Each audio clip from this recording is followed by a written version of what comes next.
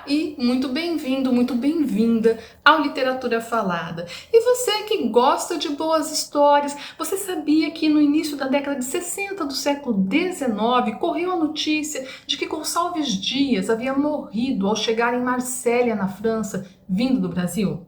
Pois é, na época a notícia correu à França, chegou a Paris, deixou muitos amigos do poeta de luto. A notícia chegou ao Brasil, foi noticiada pelos jornais que renderam homenagens ao nosso poeta. Dom Pedro II decretou luto oficial no país, mas tudo não passava de um grande equívoco. Vamos à história. O Gonçalves Dias, a gente sabe, ele nasceu no interior do Maranhão em 1823. E ele era filho de uma união não oficializada entre um comerciante português chamado João Manuel e uma mestiça. Era assim que era chamado, uma mestiça. O pai do Gonçalves Dias foi acusado, então, de ter ficado do lado de Portugal durante o processo de independência do Brasil. Era um processo bastante recente ainda. E por causa disso ele acabou deixando a mãe do Gonçalves Dias junto com o bebê Gonçalves Dias e partiu para Portugal. Veja um detalhe, a mãe do Gonçalves Dias era uma criada do João Manuel. E ele voltou tempos depois, pouco mais de 2 anos depois, ele voltou para o Maranhão e acabou convivendo um tempo com a mãe do Gonçalves Dias, mas no final de alguns poucos anos ele se casou com uma outra mulher. E ele e a madrasta do Gonçalves Dias ficaram responsáveis pela criação dele, que ainda era uma criança. Então Gonçalves Dias conviveu mais proximamente com a mãe numa primeira infância, porque depois ele ficou aos cuidados da madrasta e do pai.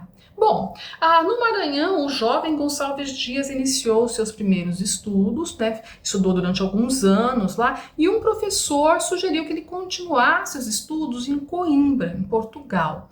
Aí o pai do Gonçalves Dias arrumou as coisas, preparou a viagem, ele iria junto com o filho para essa temporada em Coimbra. No entanto, ele faleceu nas vésperas da viagem, né? Literalmente nas vésperas da viagem, 1 ou 2 dias antes deles partirem. E então o Gonçalves Dias teve que adiar a ida a Portugal, não apenas por uma questão do luto, mas também por uma questão financeira, né? Porque depois não havia recursos para que ele fosse para Coimbra. Precisou que o professor dele, aquele professor que havia sugerido que ele fosse, atuasse junto a algumas pessoas endinheiradas da localidade para que então levantassem recursos para que ele estudasse em Portugal.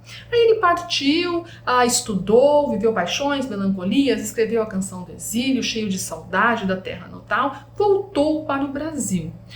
Viveu no Brasil durante um tempo e aos 38 anos, quando ele já era um poeta e um dramaturgo consagrado, Gonçalves Dias ruma para a nova temporada na Europa. Ele ia dessa vez se tratar de uma doença que no Brasil ele não conseguiu se curar, não conseguiu ver melhoras.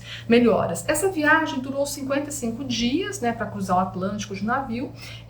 Ele fez essa viagem doente, né, porque ele estava indo justamente para se tratar, e quando o navio chegou em Marsella, na França, chegou com a notícia de que uma marinheira havia morrido, né, e isso obrigou a todos a ficarem de quarentena, né, para não espalhar uma possível doença que estivesse entre eles.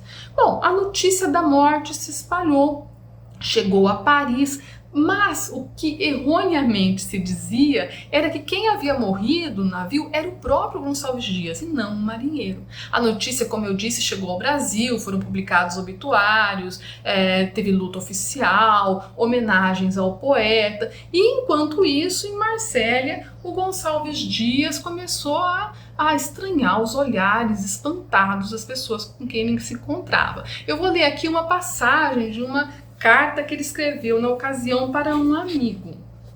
Amigo Teófilo, é coisa inapreciável andar a gente morta entre os vivos. Bem devia eu desconfiar de alguma coisa semelhante, quando via todos olharem-me de certo modo, como se eu acabasse de chegar de Orizaba, no México, ou dos Campos Elíseos, no paraíso.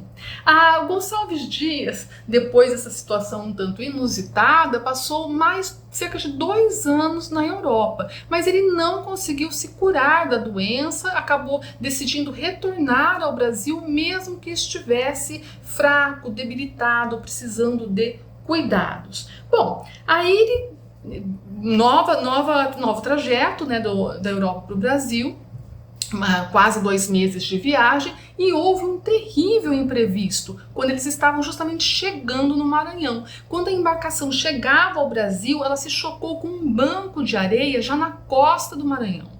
E no desespero, todos se salvaram como puderam. E o poeta, que como eu disse, estava fraco e acabava precisando de ajuda para conseguir sair de onde ele estava, acabou esquecido no navio. Então Gonçalves Dias morreu afogado como única vítima desse naufrágio. Isso foi no ano de 1864 e você vê aí algumas imagens das notícias da sua morte, essas sim, as notícias verdadeiras em 1864. Pois é, parecia que ele estava mesmo destinado a morrer no mar. Se gostou do conteúdo, repassa para quem você acha que possa se interessar. Não esqueça de se inscrever no canal e até o nosso próximo encontro.